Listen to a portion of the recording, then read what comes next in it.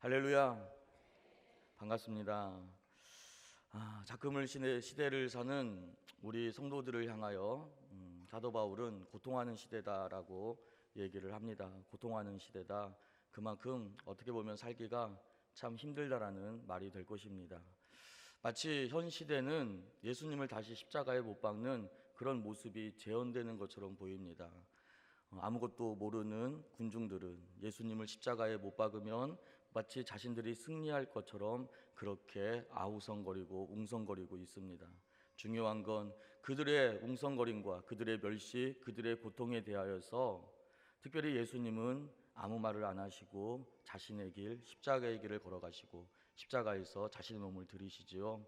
그리고 그 십자가의 그 길에 서 있을 때 제자들은 주눅이 들고 두렵고 떨림으로 그것을 바라봅니다. 마치 지금의 모습과 같지 않습니까? 동성애 차별, 동성애 모든 법들이 통과되려고 하는 작금의 시대, 그리고 군 동성애까지도 통과되려고 하는 작금의 시대, 그리고 마치 자신들이 정당한 것인 양, 자신들이 잘난 것인 양 그렇게 아우성대고 소리를 치고 있는 현 시대의 모습. 그러나 교회는 그 가운데에 묵묵히 십자가의 길을 걸어가는 그 모습, 그리고 그 안에서 우리들의 모습은 어떻게 보면은 참으로 한국교회가 그 안에서 더 힘을 내야 될 텐데 마치 두려움과 떨림 속에 있는 모습처럼 보이질 않습니까? 하지만 중요한 것, 바로 십자가가 승리인 줄로 믿습니다. 사랑하는 여러분, 여러분들이 걸어가는 그 길이 승리의 길인 줄로 믿습니다.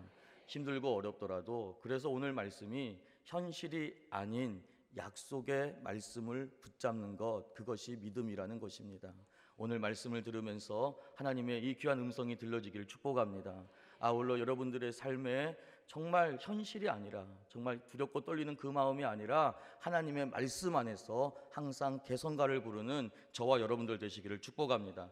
오늘 이 본문의 현장을 고린도전서 10장 10절 11절에서 다시 한번 정리하며 오늘 시대를 사는 우리들에게 정확한 메시지를 선포하고 있습니다. 이것이 또한 오늘 제가 전할 여러분들을 향한 메시지입니다. 고린도전서 10장 10절에서 11절을 같이 읽습니다. 시작. 그들 가운데 어떤 사람들이 원망하다가 멸망시키는 자에게 멸망하였으나 너희는 그들과 같이 원망하지 말라. 그들에게 일어난 이런 일은 본보기가 되고 또한 말세를 만난 우리를 깨우치기 위하여 기록되었느니라. 사랑하는 여러분, 오늘 본문은 11일이면 들어갈 수 있었던 축복의 땅을 오늘 말씀에 나와 있는 것처럼 원망과 불평 때문에 40년이라는 긴 시간 동안 다시 광야에서 방황한 사건을 보여주고 있다는 것입니다. 11일이면 응답받을 수 있었던 일이, 11일이면 여러분들이 기도 응답부터 시작해서 여러분들의 삶의 모든 매체가 바뀔 수 있는 환경과 상황이 원망과 불평, 어떻게 보면 이 작은 일 때문에 40년이라는 시간이 필요했다는 거예요. 오늘 말씀을 들으면서 우리 귀한 성도님들은 이런 일을 당하지 않기를 기도합니다. 하나님의 응답의 메시지에 하나님께서 여러분들을 향한 놀라운 축복이 그대로 임하는 역사가 있기를 축복합니다. 그렇다면 신명기 1장 2절에서 3절에서 이 부분을 얘기하고 있죠. 우리 같이 한번 읽어보겠습니다. 시작. 호렙산에서 세일산을 지나 가데스 바냐에까지 10하루 길이었더라. 40째 해 11째 달 그 달 첫째 달에 모세가 이스라엘 자손에게 여호와께서 그들을 위하여 자기에게 주신 명령을 다 알렸으니. 사랑하는 여러분, 10하루길이면 될 그 길, 그런데 40째 해라는 말이 그 다음에 나오고 있지요. 사랑하는 여러분, 신명기는 특징이 있습니다. 신명기를 통해 어쩌면 가나안 땅, 이것을 축복의 땅, 구원받은 우리 성도들에게 주시는 하나님의 약속으로 바라본다면 바로 이 신명기는 신앙인들이 축복의 자녀로서 어떻게 하여야 큰 복을 받아 누리고 하나님의 자녀된 우리들이 어떻게 하면 더 풍성한 삶을 살 수 있는가에 대하여서 말씀해주고 있는 말씀이 바로 신명기라 할 수가 있는 것입니다. 사랑하는 여러분, 이 사건을 통해 오늘을 사는 우리들에게는 특별히 오늘 본문 말씀을 통하여서 두 가지를 기억하길 원합니다. 과연 그들의 실패 이유가 무엇인가? 또한 그 실패의 모습이 나에게도 있진 않은가? 그리고 우리는 그런 실패를 경험하지 않기를 원하여 바울을 통하여 고린도전서 10장 11절에서 나와 있는 것처럼 그들에게 일어난 이 일이 너희들에게 본보기가 되어 말세를 만난 지금의 이 시대 속에서 우리를 깨우치기 위함이라는, 너희는 그렇게 살지 말라는 하나님의 이 마음이 오늘 말씀 가운데서 보여지고 들려지고 읽혀지기를 축복합니다. 그렇다면 본문의 이스라엘 백성들이 11기를 40년 동안 방황한 이유가 무엇인가 먼저 살펴보아야 할 것입니다.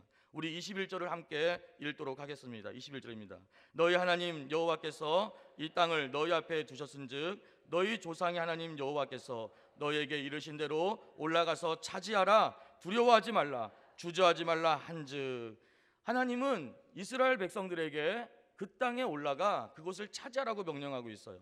여기에서 올라가라라는 것은 얄라입니다. 얄라는 한 자리에 안주하지 말고 일어나 분투하라는 거예요. 즉 무슨 말이냐? 하나님이 예비해 놓으신 약속의 땅이지 않느냐?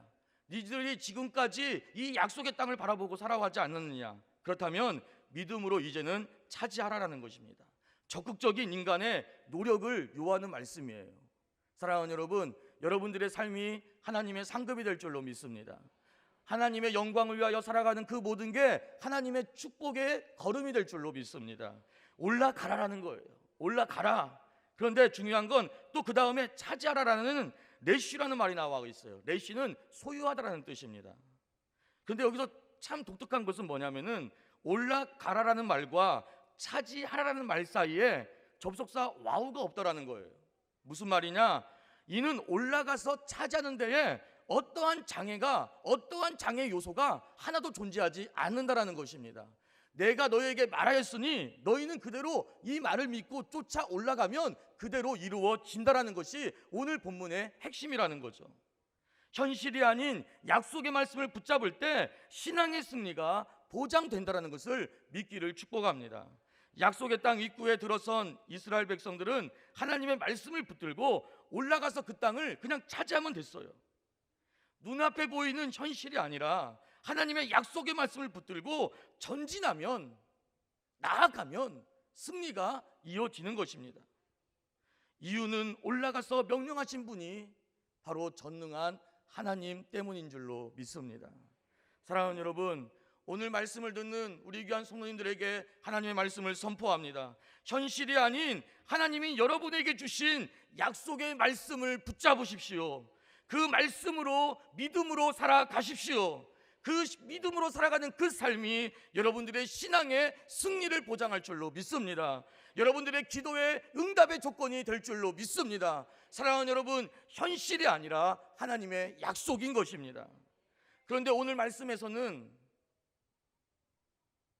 놀라운 일이 벌어지고 있어요. 그것은 무엇이냐? 22절로 가면서 분위기가 좀 이상해지는 것을 보게 됩니다. 우리 함께 22절을 함께 읽겠습니다. 시작. 너희가 다 내 앞으로 나와 말하기를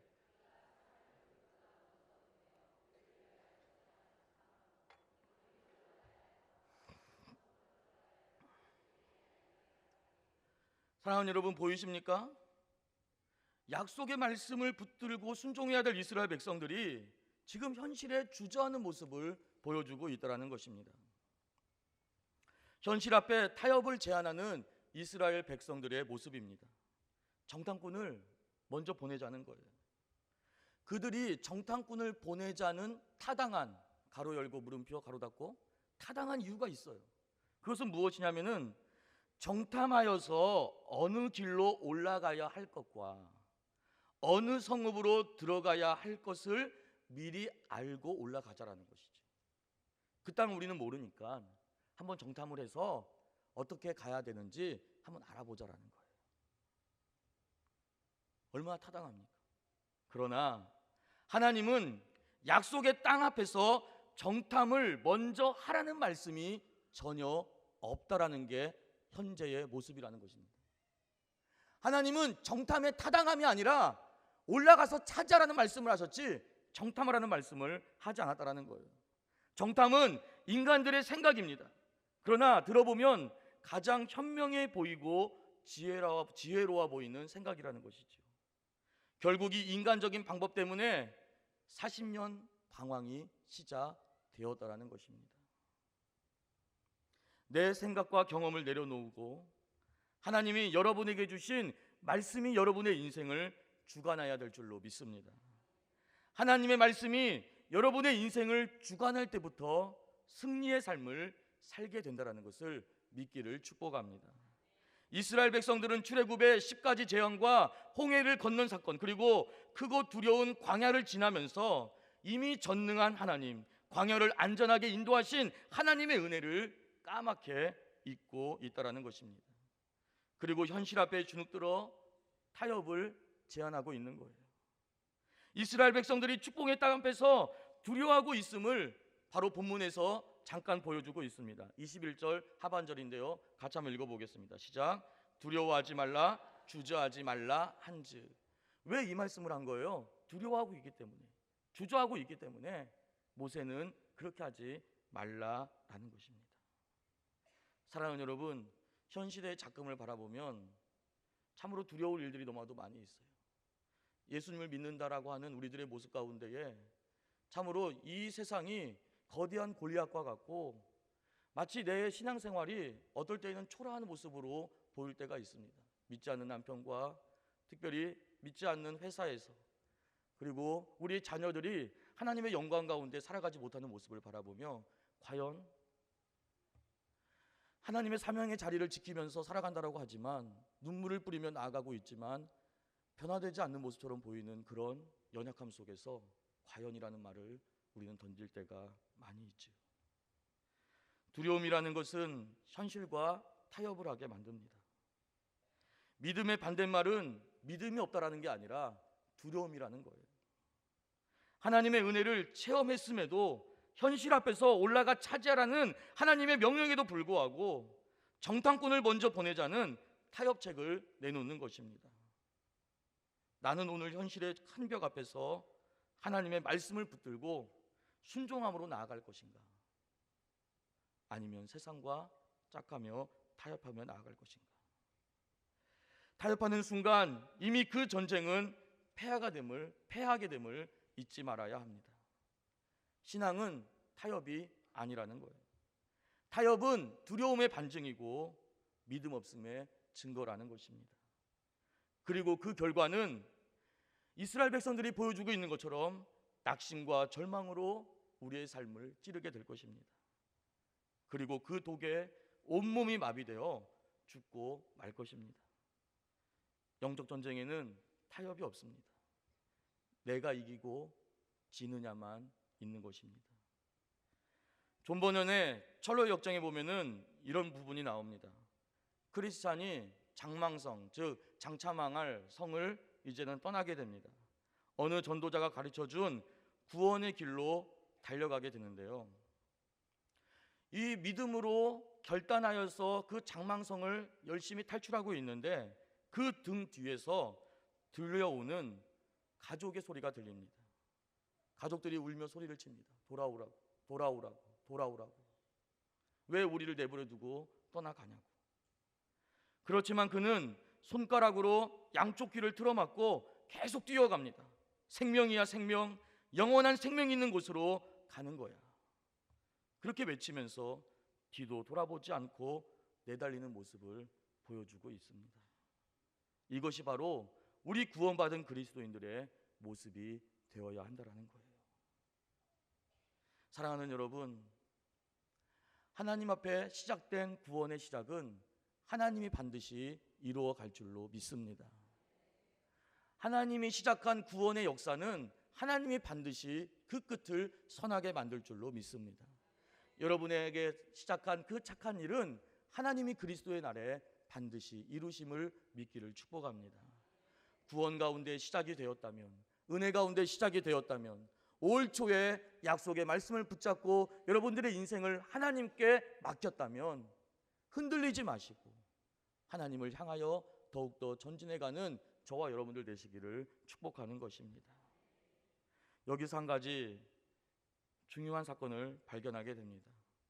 백성들이 세상과 말씀 앞에서 갈팡질팡할 때, 하나님의 사람들이 세상과 말씀 앞에서 갈팡질팡할 때, 교회에서는 이렇게 가르쳤는데 세상에 나아가고 우리 자녀들이 학교에 가보니, 그리고 사업장에 가보고 직장에 가보니, 그리고 세상의 사람들을 만나보니 참으로 주눅들며 그 가치 가운데서 흔들릴 때 정확한 하나님의 말씀을 선포해야 될 책임자로 하나님은 바로 목사를 세우셨다라는 사실입니다.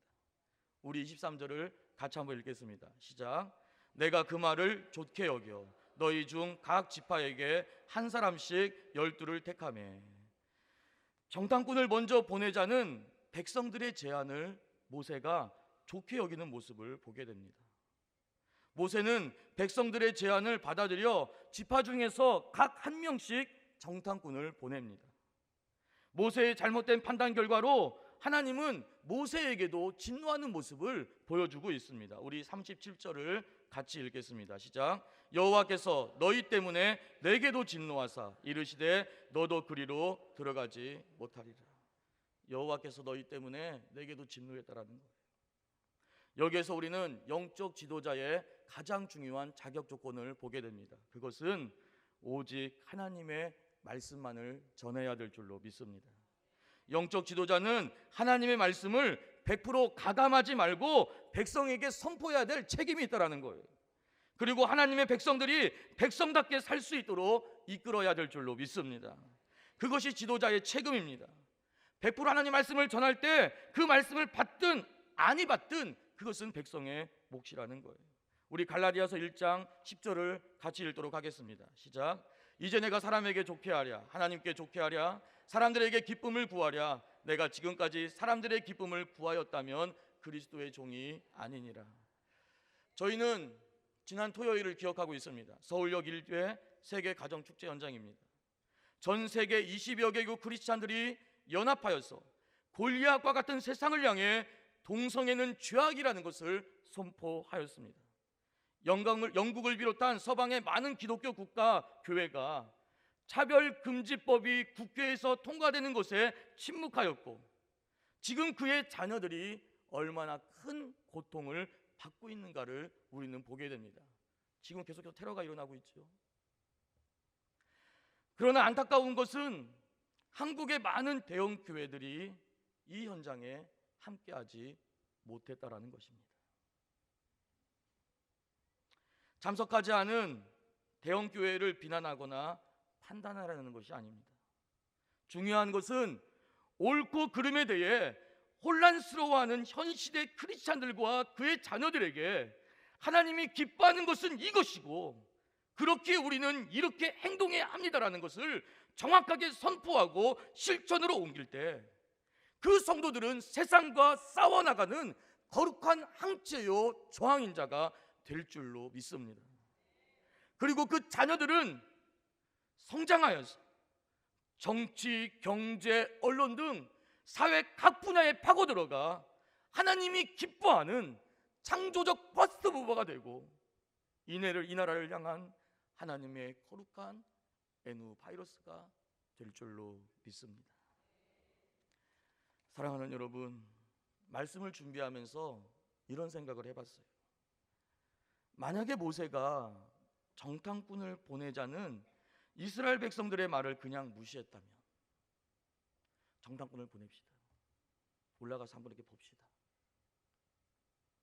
그래서 하나님의 명령대로 가나안으로 그냥 쓸데없는 말 하지 말고 하나님의 명령이 있으니 그냥 올라가 가나안으로 진격해 들어갔다면 결과는 어떻게 됐을까? 만약에 그렇게 되었다면 이스라엘 백성들은 어쩌면 40년 동안 방황하지 않을 수도 있지 않았겠는가? 그만큼 하나님 말씀 앞에 서 있는 영적 지도자의 판단이 중요하다라는 것을 보게 됩니다. 그래서 우리가 가장 먼저 기도해야 될 영역이 어디냐?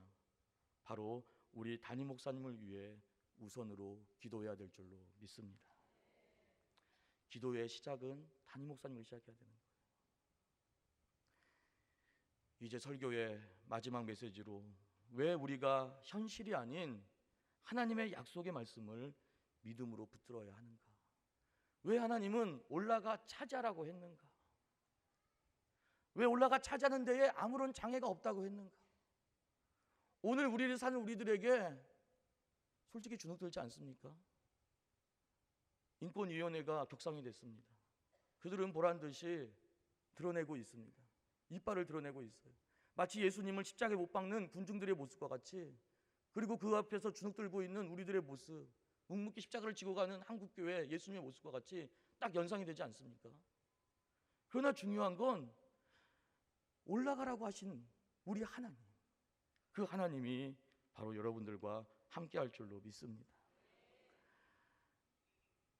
우리 29절 30절을 같이 읽겠습니다. 29절 30절입니다. 시작. 내가 너희에게 말하기를 그들을 무서워하지 말라, 두려워하지 말라. 너희보다 먼저 가시는 너희 하나님 여호와께서 애굽에서 너희를 위하여 너희 목전에서 모든 일을 행하신 것 같이 이제도 너희를 위하여 싸우시니라. 우리가 우리를 두렵게 만드는 현실이 아닌 하나님의 말씀에 순종해야 될 이유가 있습니다.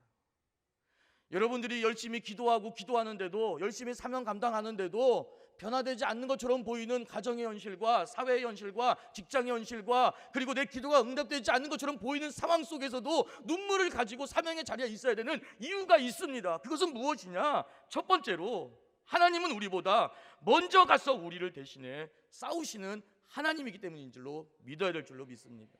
사랑하는 여러분, 하나님은 우리보다 먼저 가신다라는 거예요.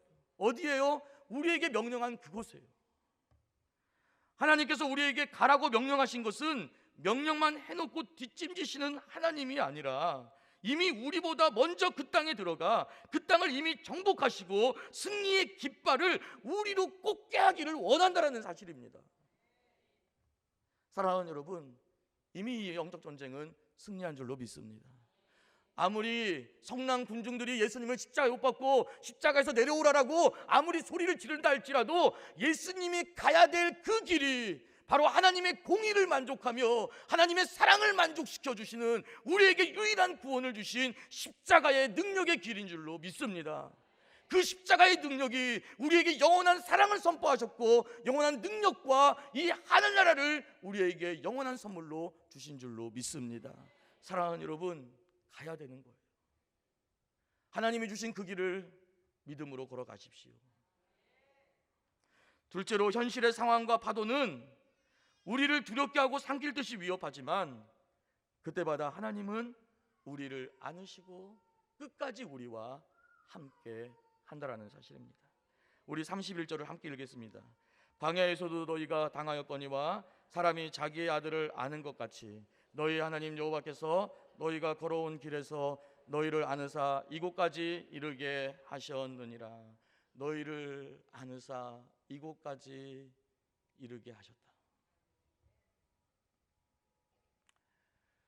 오늘 말씀을 듣는 여러분들 안에 세상으로 나아가야 할지, 내가 정말 신앙생활을 잘하고 있는지 혹시 흔들림이 있는 성도님들이 계시다면 오늘 이 말씀 안에서 분명한 기준을 잡으시기를 축복합니다. 신앙생활 속에서 때로는 고난이나 낙심이 찾아올 수 있습니다. 응답이 안 되고 힘듦이 오고 어려움이 올 때, 그런데 그 고난이나 낙심이 찾아올 때 우리가 그 절망 속에서 벗어날 힘은 바로 하나님을 묵상하는 것이다 라고 말씀하고 있습니다. 그리고 그 하나님을 다시 믿음으로 붙잡는 거예요. 철로 역정에 몰아보게 되면은 의심의 성과 절망 거인에 붙잡힌 크리스찬이 나옵니다. 이 순례의 길을 걸어가던 크리스찬이 길을 잘못 들어서 의심의 성에 갇히게 됩니다. 여기서 우리가 주목해야 할 것은 바로 성 이름이 의심의 성이라는 것이고 거인 이름이 절망이라는 거예요. 이는 존버는 무엇을 얘기하고자 하냐면은 의심이라는 것은 성과 같다라는 거예요. 내가 신앙생활하면서 의심이 들기 시작하고 기도생활하면서 의심이 들기 시작하는 그 작은 것은 성과 같아서 그 의심 속에 가두고 빠져나올 수 없게 만든다라는 것입니다. 그리고 그 의심의 성 안에는 절망이라는 거인이 있다라는 거예요. 이 절망이라는 거인은 한번 그 성 안에 거친 의심에 사로잡힌 그 영혼을 꼭 붙잡아서 나가지 못하게 만든다라는 것이죠. 시간이 지날수록 절망 거인은 크리스찬에게 스스로 목숨을 끊으라고 합니다. 살 소망까지 끊어져가는 상황에서 크리스찬이 절망 거인으로부터 도망칠 수 있었던 결정적 계기. 존버는 이 부분을 과거 자신에게 역사하셨던 하나님의 말씀을 묵상하는 것으로 보여주고 있습니다. 자기 자신의 과거 영적 체험과 간증들을 회상하고 하나님의 은혜와 능력에 감사하고 다시 하나님을 의지하고 확신을 갖는 것입니다. 그리고 잡힌 지 일주일이 다 되어가는 토요일, 크리스찬은 제일 중요한 것, 바로 기도하기를 시작했다라고 얘기하고 있습니다. 그리고 기도하는 가운데에 크리스찬의 가슴 속에 약속이라는 열쇠가 있음을 보게 됩니다. 이 약속이라는 열쇠는 놀라운 특징이 있었는데 의심의 성 안에 어떤 문도 다 열 수 있는 마스터 키였던 거예요. 말씀이 은혜 회복의 중요한 수단이라는 것입니다. 말씀을 맺습니다. 믿음은 현실이 아닌 말씀을 붙잡는 거예요. 11일이면 들어갈 수 있었던 가나안 땅을 40년을 방황하여 들어가는 어리석은 이스라엘의 문제. 그것은 말씀을 끝까지 붙잡지 못한 거예요. 영적 방황은 특징이 있습니다. 그 방황의 끝은 언제나 제자리로 돌아온다는 거예요. 내가 아무리 이전에 이만큼을 했고 요만큼을 했고 요만큼을 했다 할지라도 방황이 시작되면 항상 제자리라는 것입니다. 우리의 신앙은 자라야 될 줄로 믿습니다. 다람쥐 쳇바퀴 돌듯이 신앙이 성장하지 않는 크리스찬들은 하나님의 고통입니다. 약속의 말씀을 붙잡고 믿음으로 순종해 갈 때 가나안의 축복을 누리게 될 줄로 믿습니다. 사랑하는 여러분, 오늘 하루의 삶이 여러분의 시작이 되기를 축복합니다. 여러분들에게 방황이 있었다면 하나님의 말씀으로 다시 돌아오기를 축복합니다. 마지막으로 33절을 함께 읽고 마치겠습니다. 33절입니다. 시작. 그는 너희보다 먼저 그 길을 가시며 장막 칠 곳을 찾으시고 밤에는 불로 낮에는 구름으로 너희가 갈 길을 지시한 자이시니라. 아멘. 기도하겠습니다. 전능하신 하나님, 전능하신 하나님을 믿게 하여 주옵소서. 우리에게 구원을 주신 하나님은 반드시 주님 오시는 그날까지 우리 안에 그 착한 일을 이루어 가심을 믿게 하여 주옵소서. 세상이 아무리 우리를 힘들게 한다 할지라도 주눅들지 않게 하여 주옵소서. 세상이 우리 자녀들을 아무리 힘들게 한다 할지라도 우리 자녀들에게 하나님을 바르게 가르치게 하여 주옵소서. 남편이 정말 직장생활 속에서 사회생활 속에서 힘들어 지친 모습으로 돌아올 때 그 어깨를 감싸주며 가장 중요한 원리 하나님을 그들에게 전하게 하여 주시옵소서. 반드시 하나님의 약속은 이루어지고 성취됨을 믿게 하여 주시옵소서. 우리 각 가정마다 하나님의 스토리가 쓰여지게 하여 주시옵소서. 이기고 이기게 하여 주시옵소서. 아버지, 우리 목사님 많이 지치고 힘들어 하십니다. 하나님, 정말 주님께서 위로하여 주시옵소서. 반드시 승리하고 승리함을 보게 하여 주시옵시고 또한 하나님이 그렇게 만들어감을 믿게 하여 주시옵시며 또한 옆에 우리 세대된 교인들이 있음을 알게 도와 주시옵소서. 하나님, 반드시 우리 세대된 교회를 통하여 승리가 옴을 보게 하여 주옵소서. 예수님으로 축복하고 기도드리옵나이다.